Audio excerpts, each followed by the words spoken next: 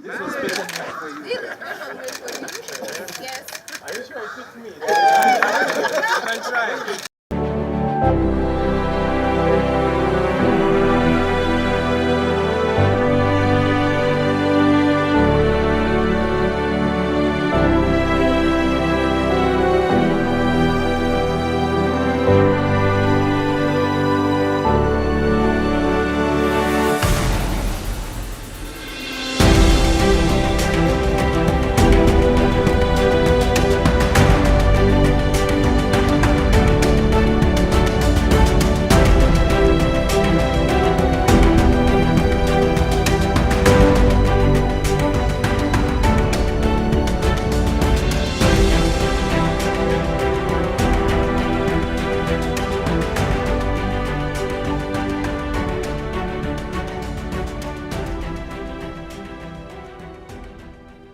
I'm here with the homies and the homegirl from Kenya, the FBI Days crew. Yeah, 254. All right, we're going to do a little roll call. Who we got here? Mute. Rama. Wycliffe. I'm Marcus. Okay. It's Wizzy. I'm Freddie. I'm Manu. I'm Dennis. So tell us how it was just being here at Hip Hop International.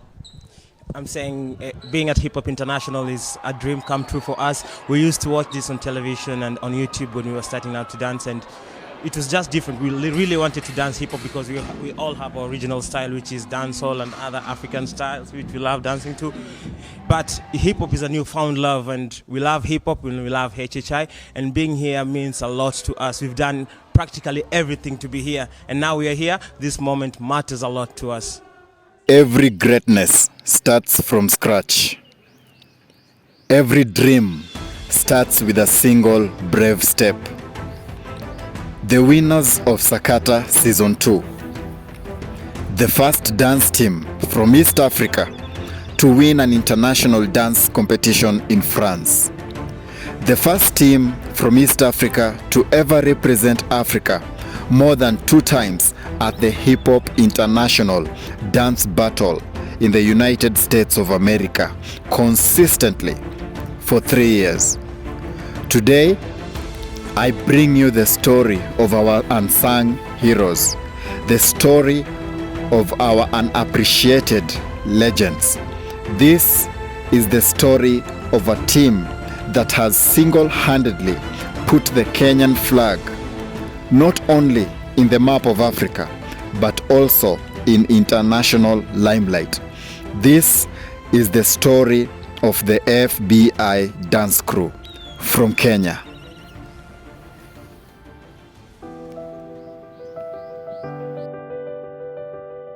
Kenya is a country that has a population of more than 50 million human beings.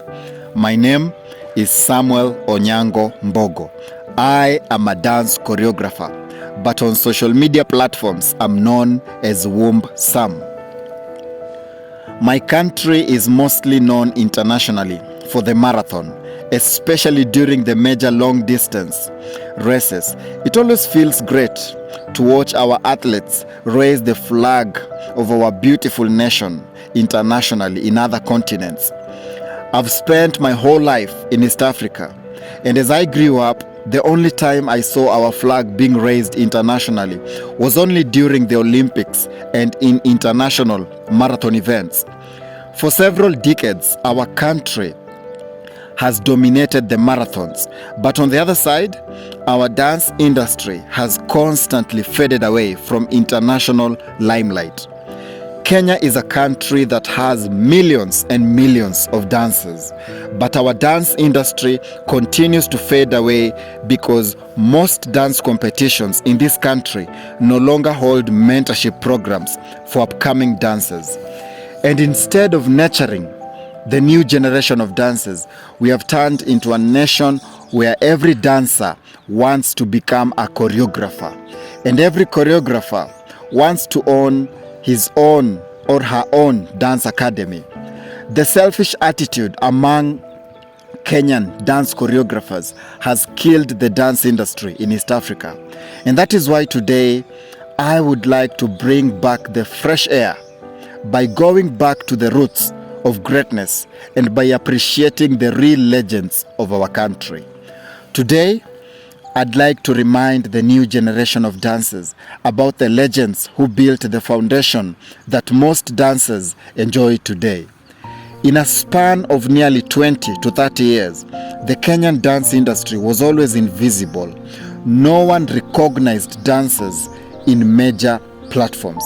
The only time dancers were mentioned in Kenya was during the national drama festivals and during once-in-a-lifetime televised competitions in which a famously known dancer known as Kanda King would always struggle on his own to put the Kenyan dances on national limelight. Kanda King dominated the dance industry for nearly 2 decades, but slowly by slowly, our neighboring country, Uganda, produced professional dancers who are known as the Obsessions. The Obsessions became the talk of East Africa, and every dancer in East Africa finally felt well represented, but still a lot had to be done. And that's why a few years later, the Sarakasi dancers from Kenya took the limelight from the Ugandans, and through hard work and professionalism, Kenya started producing extraordinary dancers from Sarakasi Trust. But it was still not enough, because most Kenyan dancers felt that they wanted to form their own dance teams on the streets of Nairobi. The Sarakasi Trust played a very big part in the growth of Kenyan dance industry. But the only disadvantage was that not all Kenyan dancers could join Sarakasi, because it was a well-managed non-governmental trust in which only a select few could get the chance to join. And yet Kenya still had millions and millions of dancers on the streets who wanted to form their own dance teams, because Kenya is a very, very competitive, creative country. Few years later, a small dance team from Jamhuri High School decided to take the biggest risk inside the dance industry. They decided to form their own dance team, and slowly by slowly, from one school to the other, this small unknown team became the talk of town. This small dance team from Jamhuri High School was known as the FBI crew. They took it a step higher by enrolling in dance battles with other high schools, in which the FBI crew always took the trophies. From the small success that FBI crew created in the capital city of Kenya, more dance teams were created in several high schools around Kenya, and within few years, nearly all high schools in Kenya had their own dance teams. The FBI crew was built from scratch by few childhood friends who decided to come together for a common purpose, and from a small dream, they created a movement inside the Kenyan dance industry. During a national dance competition, which was televised in all major local stations, the FBI crew, along Dashi crew and the IMS crew, were the 3 remaining finalists. But unfortunately, the FBI crew did not manage to win the season 1 of Sakata Dance Battle, which was won by the IMS crew. But this did not stop the FBI crew, because from their level of hard work, they went back to the drawing board. And 1 year later, the FBI crew returned to Sakata Dance Battle. And without a doubt, the FBI crew were able to beat more than 50 dance teams. And for the first time in their path of life, they won 1 million shillings and a trophy along the bragging rights as the most accomplished dance team in Kenya by winning Sakata Season 2.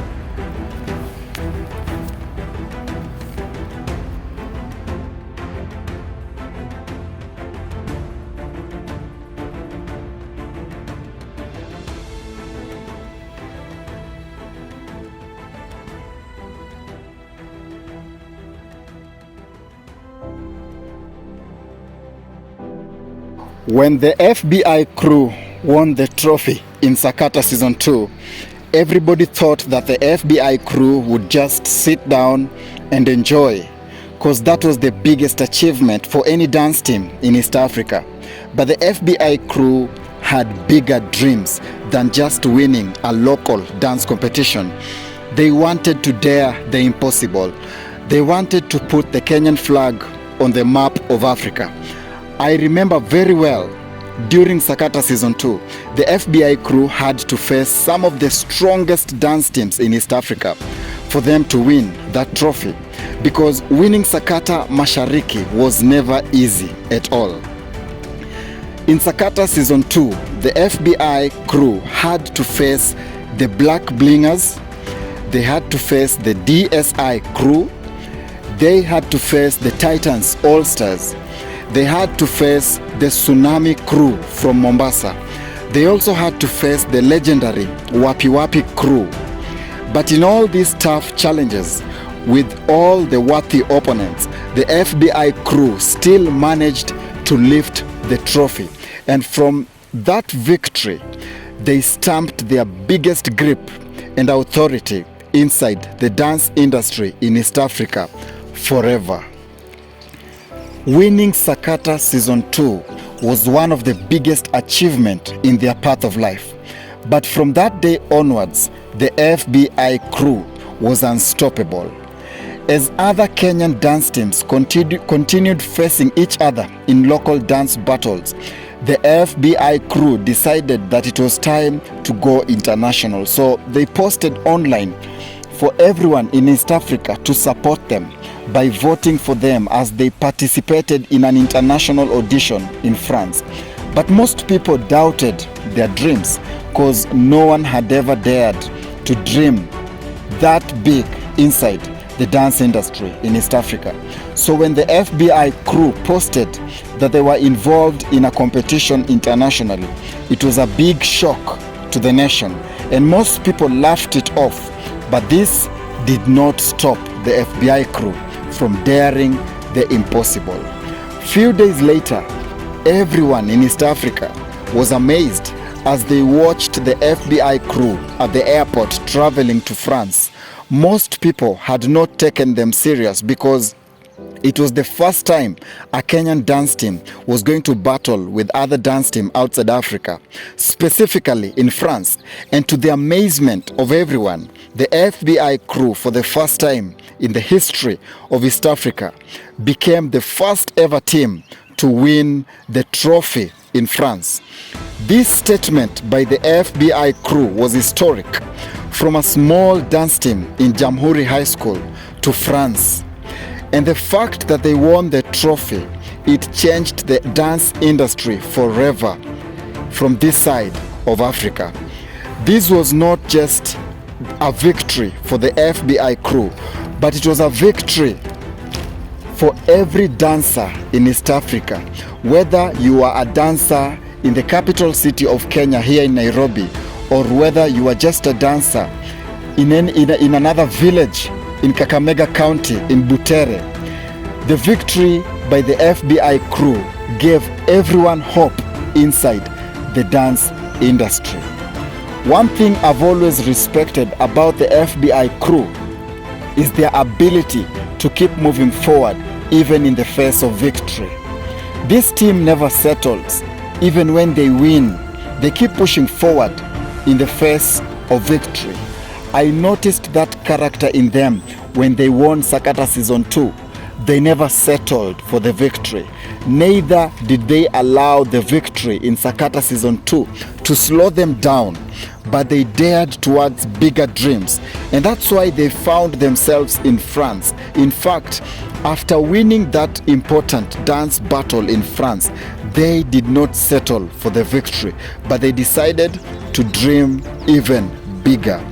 The FBI crew decided to dare an even bigger dream, not knowing whether they would be accepted or not, but through courage, they applied for the Hip Hop International Dance Battle in America, and through excellence, they were enrolled for the international competition in which they managed to represent East Africa in the United States of America consistently for 3 years.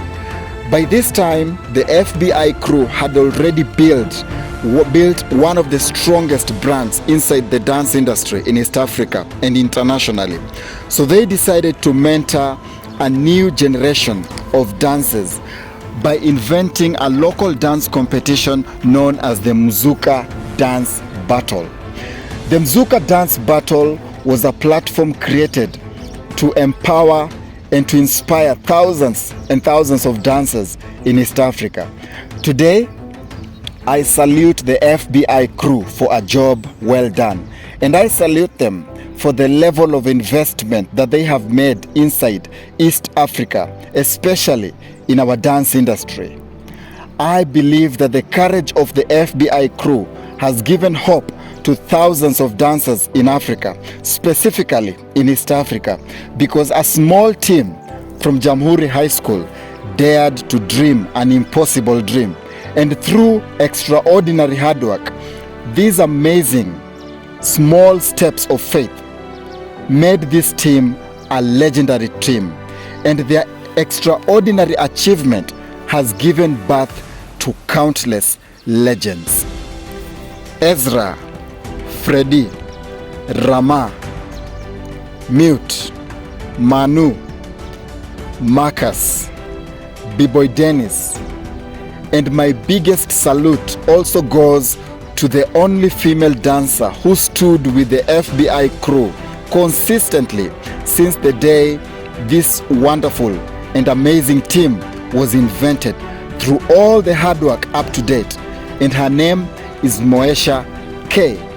She is a true definition of the strength of the African girl child, and may she always be blessed as she continues to empower the future generation of legends in her path of life by empowering the girl child in Africa. Salute to the FBI crew, the real legends of Africa, and forever they will always be remembered for the daring risks they took for the sake of the Kenyan dance industry. So the knowledge we have is knowledge that we've learned online, and just practical, like basic knowledge from other styles that we've learned, trying to apply it in hip-hop. And I can say like hip-hop dancing is really growing. Like currently in our country, we are having even more and more dancers. We just, for us, we're just starting. When we say that we're just making the way for more who are going to come after us. So it's not really about us, actually. It's just for the love of dance. Yeah. All I can say for us guys, it has been a journey for us guys. For you guys to see us here, we've had to go through a lot. We've had 5 days of journey from our place to here, flight cancellations and all that, getting lost here and there, not knowing where to go. But we thank God, all in all, we are here at last, and everything is going fine. We thank God for it.